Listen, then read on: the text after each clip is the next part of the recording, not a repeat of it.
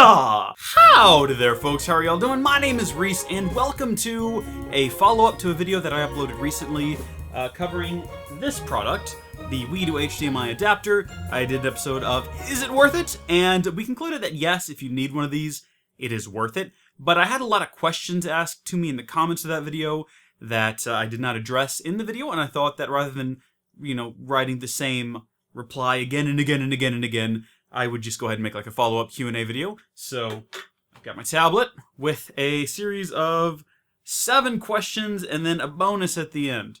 So let's get into it. Question 1, will this work on the Wii U?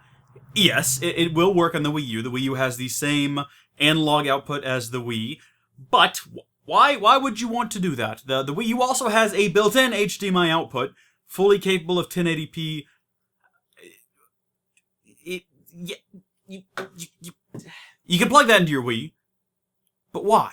I've flipped the Q&A on you now. Now I'm asking you the question. Answer down below. I mean, I guess if the HDMI output on your Wii U burnt up for some reason, but you still get a video output through the analog, then sure, but you're not going to get 1080p out of this. It's designed for the Wii. Actually, you might. The Wii itself, the analog on the Wii is only capable of outputting 1080p, but I don't know about the Wii U's analog output. It might. This was supposed to be a Q&A, and now I'm flummoxed, but technically you can use this. I don't recommend it if the built-in HDMI output on your Wii U is working. It is designed for Wiis, which do not have HDMI output. My air conditioner just turned on. Well, we're going to go along with it. Question 2. Do you still need to use the component/composite cables with this adapter? No, you do not. The Wii to HDMI adapter and the mini variants that you can get on Amazon plug into the analog output on your Wii and output a digital signal. You do not need any other cables, except for, of course, the power cable going into the Wii, and an HDMI cable coming from this to your television, but you do not need any of the other cables. You don't need the component or the composite cables after you buy this. So, no. Question 3, does it include an HDMI cable? Depends. There's a bunch of different varieties, a bunch of different flavors of this product on Amazon. Some of them do include an HDMI cable, some of them don't. If you just read the listing, or usually even the title of the product, it will tell you whether or not it's come bundled with a cable. Mine did not, though. So you might need to just buy a cheap one. And do buy a cheap one. There's no reason. There's 2 flavors of HDMI in the market. There's your standard 11 gigabit per second and your 18 gigabit a second. You don't need 18 gigabit a second for what you're doing here unless you just want to future-proof in case you might want to use that cable for something else down the line. Don't spend $100 on a platinum-plated HDMI cable. It will not make a difference in quality. That's not how digital video works. It's not like an audio cable, like an aux cable, like analog signal, where quality does matter. Digital, as long as the ones and zeros are making it from point A to point B, that's all you need. Again, there are the 2 different flavors on the market right now, HDMI, and I think that the 18 gigabit ones are called Ultra HDMI cables or something like that. They can get you with the marketing, telling you that you can get better video with this $100 HDMI cable, when in reality, the $5 HDMI cable that also carries 18 gigabits per second is going to be exactly the same. Question 4, do you need an auxiliary cable and separate speakers for audio? I think many of you noticed that some of these have an aux jack on the bottom, and we're like, well, that's inconvenient. I've got to have separate speakers? No. HDMI carries video and audio. You do not need to use this aux jack. You do not need an aux cable or headphones or a speaker or anything else. It'll just plug into your TV. Sound will come out of your TV. If you have a monitor with built-in speakers, you can use that. The only reason you'd ever want to use this is if for some reason you wanted to plug in headphones or external speakers. It's optional. It's not required. Question 5. Does this upscale my Wii signal to 1080p? What a question! Rather than trying to answer that one, I've written it down. The answer that I've written down and I will now read to you is no more simpler than one I could make up off the top of my head, but for starters, let's set one thing straight. The Wii natively generates a 480p image, and that is the maximum resolution that you can pull from it. There's no magic adapter that will boost your Wii's performance and make it spit out a UHD signal. However, some of these adapters claim to output 1080p signals. Some even claim to output 4K. How does that work? Simple. After converting the Wii's 480p analog signal to digital, the adapter tells your TV/monitor that the incoming signal is 1080p. That's it. It does not in any way improve the image or magically turn your Wii into an HD console or a UHD console. It just, for lack of a better term, fakes it.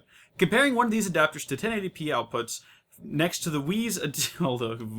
that's a terrible sentence that I've written. Basically, there are products on the market that will take a lower resolution image and apply some digital magic and clean it up a bit and make it look better and then display it at 1080p, those products cost like hundreds of dollars. We're talking Framemeisters and the like.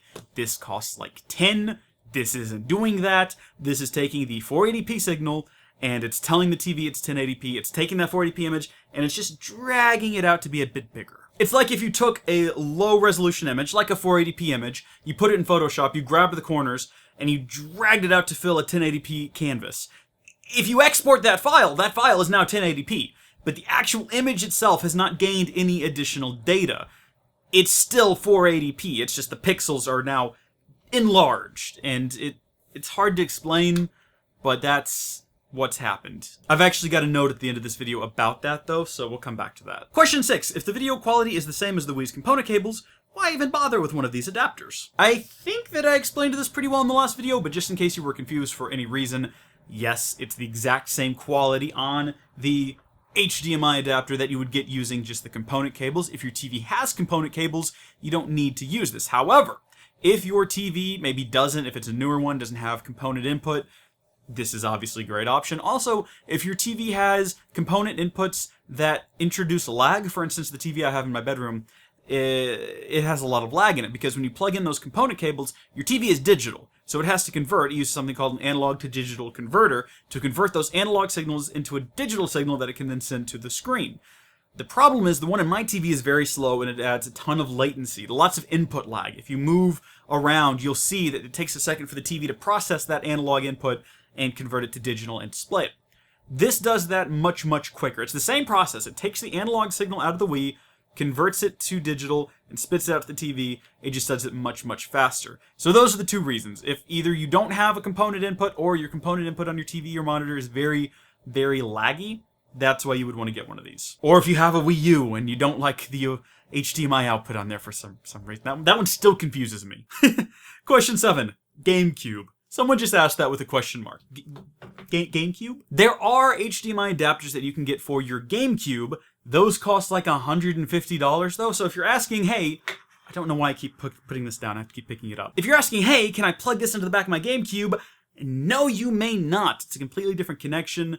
It will not work. However, if you have a backwards compatible Wii with all of the stuff to read the Gamecube discs, you can plug in your Gamecube controllers, yeah, you can use this. And yes, your games will look better than they've ever looked on a Gamecube. The problem with the Gamecube is the analog outputs on the Gamecube are kind of trash, but if you plug this in there, you can get like a nice clean component output for your Gamecube games, and they'll look better than they ever did on the original console, which is fantastic. You can do the same thing again. They make HDMI adapters for the Gamecubes, but they're super expensive. Although keep in mind, you can get the same effect using component cables.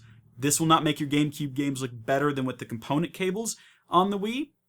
Also, there's component cables for the Gamecube, but those are also several $100s. Have I answered that question? Did I make that really confusing? Yes, if you have a backwards compatible Wii, you can plug this in and your Gamecube games will look lovely. Now this is where we get to the bonus that I mentioned earlier. That was the 7 questions we had, and I hope that I've answered them in a way that is understandable and that you've all been able to follow along at home, on the bus, wherever you are watching this. The bonus, though, I wanted to talk again about the outputs on these things, because like I said earlier, some of them claim to output a 1080p signal, and while they do output a 1080p signal, they're not actually enhancing the quality of the video. If you took one of these products, and you hooked it all up, and you got a screenshot off the Wii, and then you took component cables, and you hooked it all up, and you got a screenshot off the Wii, if you threw it into a program and you counted, even though this one scales it to 1080p, if you actually count the individual pixels, it's 480p. It's just made it bigger. However, not all of the products do this. Some of them, I've got another one here that I got for a different project, and it even says Full HD 480p.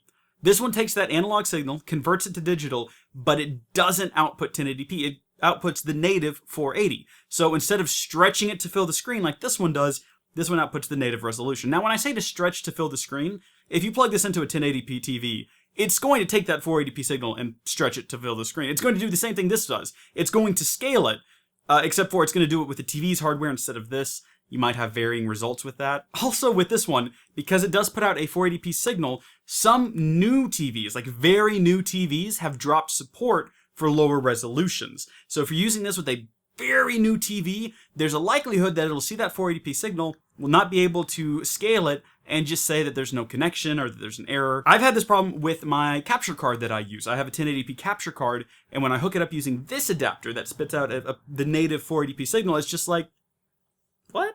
And that's really the point I'm trying to drive home here. This does not produce a better quality image. It does output the 1080p signal. It wraps up the image in 1080p. It tells devices that it is 1080p. It scales it for these devices. So if you're trying to use a capture card, like I'm using the Elgato HD60 Pro, you're gonna need one of these. If you have a very new TV, you're gonna want to make sure you get one that does scale it to 1080p.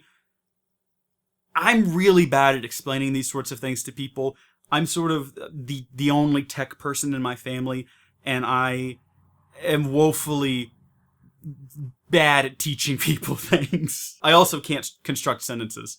I don't know if you've noticed. But if there's one point I can drive home, and I'm sure someone else on the internet has constructed this explanation better than I have, but just, there's no difference. The quality, the actual image will be the same. This cannot magically make your Wii 1080p. It's going to be 480. All this does is resize it. The actual resolution does not change. And that wraps it up for the Q&A. Those were the 7 most asked questions, and as well as that bonus explanation that was way too wordy, went on too long, and probably didn't actually explain anything. I'm sorry to all of you. I tried. Until next time, though, thank you folks for watching. God bless each and every one of you, and I will see you all next time. Thank you all for subscribing as well. These videos get like a lot of traction, these Wii videos. I have a gaming channel that does okay, and then I just dump a bunch of other stuff here. And most of the stuff just kind of sits, but these Wii videos, people really seem to like them, so that's cool. Thank you. Speaking of making stuff that I dump on this channel that no one watches, I'm gonna go make more of that. Thank you folks for watching, God bless you, and I'll see you later! Awkwardly stepping out of frame.